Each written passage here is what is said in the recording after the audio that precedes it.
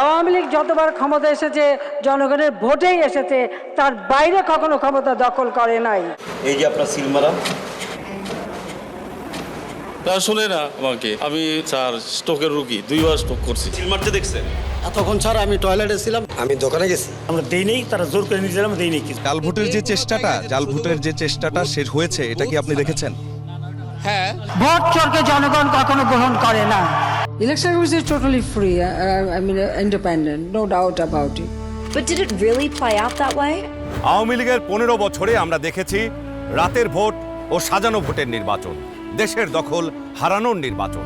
আর 2024-এর জুলাই গণ অভ্যুত্থান ছিল দেশের দখল ফেরত নেয়ার ও ভোটাধিকার পুনঃপ্রতিষ্ঠা করার অভ্যুত্থান। তাই আগামী নির্বাচনে আমরা দলে দলে ভোট দিয়ে দেশের দখল বুঝে নেব। দেশের চাবি আমাদের হাতে।